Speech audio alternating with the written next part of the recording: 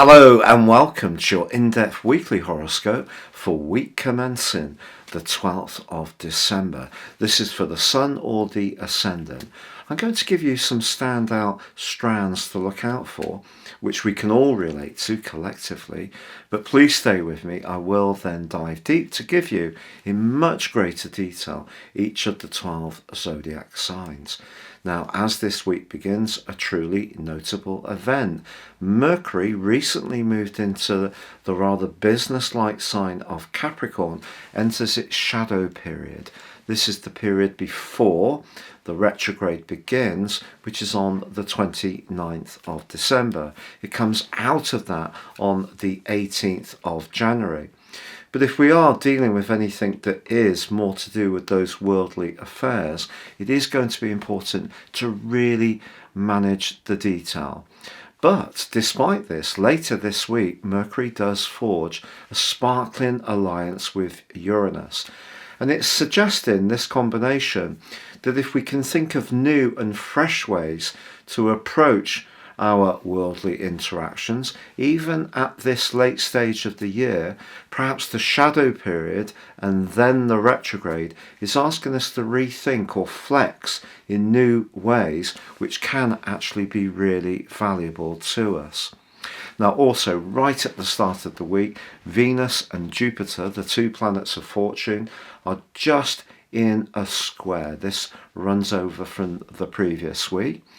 It could give us an opportunity to be very generous to someone. Maybe we can get together with people that we have a kinship with, particularly actually through those worldly interactions with Venus in the 10th house.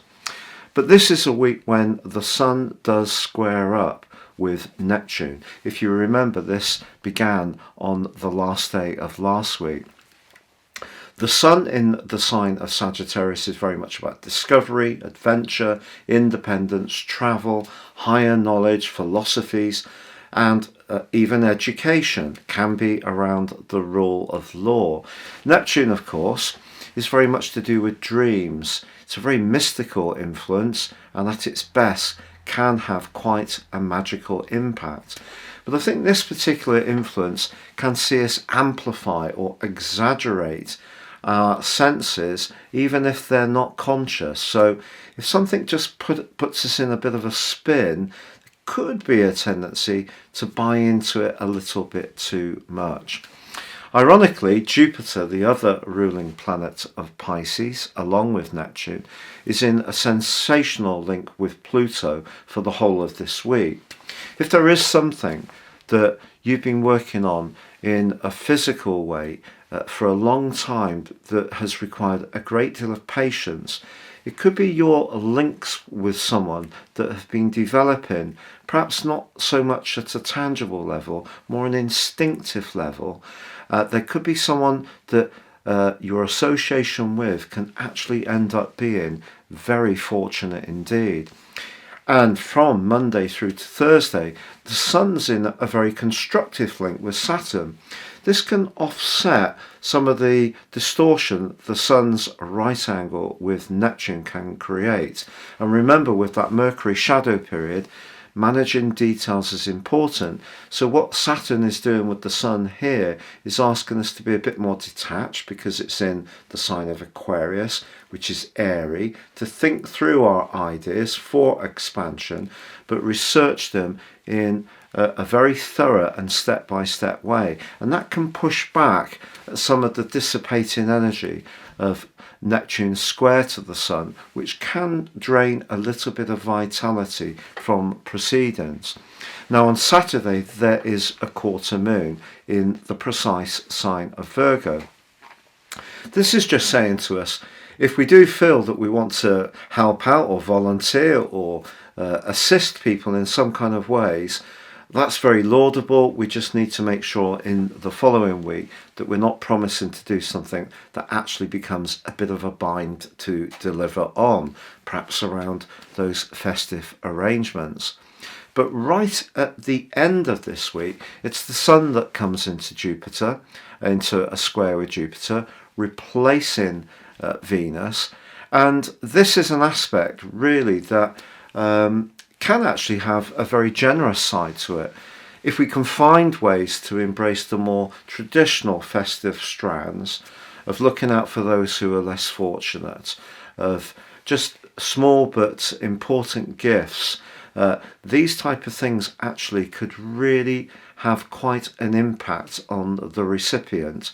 But it's also saying to us not to get too caught up in trying to be too much of a people pleaser, I think, around our budget if we are facing some financial realities which are tricky. I think we need to stick with what we feel really comfortable with. But there could be some kind of discussion at the end of this week where you find yourself talking about something where you have a very different worldview from the person that you're discussing this issue with, but actually you can gain or learn something from what could even be a disagreement if you're open to the possibility.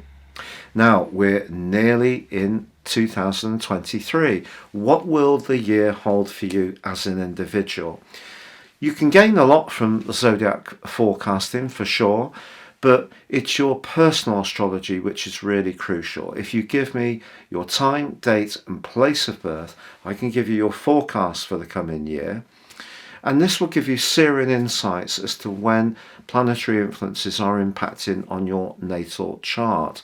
But also my special package of 30% off. You can get your life roadmap, character analysis report. Please see the link below. If you're new to my channel, thank you so much for joining me. I'd love you to subscribe. If you're an ongoing follower, thank you so much for joining me once more. Now, here is your in-depth forecast for each sign. So Pisces, your week commencing the 12th of December forecast sees your two ruling planets of Jupiter and Neptune incredibly influential. Jupiter, in a very positive way, earlier in the week, continues to forge a very dynamic angle to Pluto. Now, Pluto for you is in house 11. It's really asking you to think very seriously about longer term planning and some of the changes you may need to make. And also, what are the dynamics in your social world? But with Jupiter giving you a lot of extra push, particularly if you're born later into Pisces, it's possible that you can take centre stage and other people can really follow your lead. What's more complex is in the professional sphere, because Neptune, your other co-regent, well, that's in a compromised energy draining angle to the Sun. The Sun's still asking you to think about your role in life. Mercury slowing down in Capricorn, your sector of friendship, because it's entered its pre-retrograde shadow. And although Venus is in this location too, I think Neptune angling back towards the Sun is where you could have any uncertainty about those future hopes. If you're not ultra clear, that can actually start to weigh you down somewhat. Or is it someone close to you? With the quarter moon which occurs on Saturdays, there's someone that you need to relate to in your professional situation, or you need the support of a partner. If something's not quite working around your interaction with the world at large, you are being asked to think about it, and Neptune can make it more difficult to get the clarity. Fortunately, the Sun is forging a very solid angle with Saturn, but of course Saturn has been a very attritional, draining influence in its own right over the last couple of years in the most psychological part of your situation.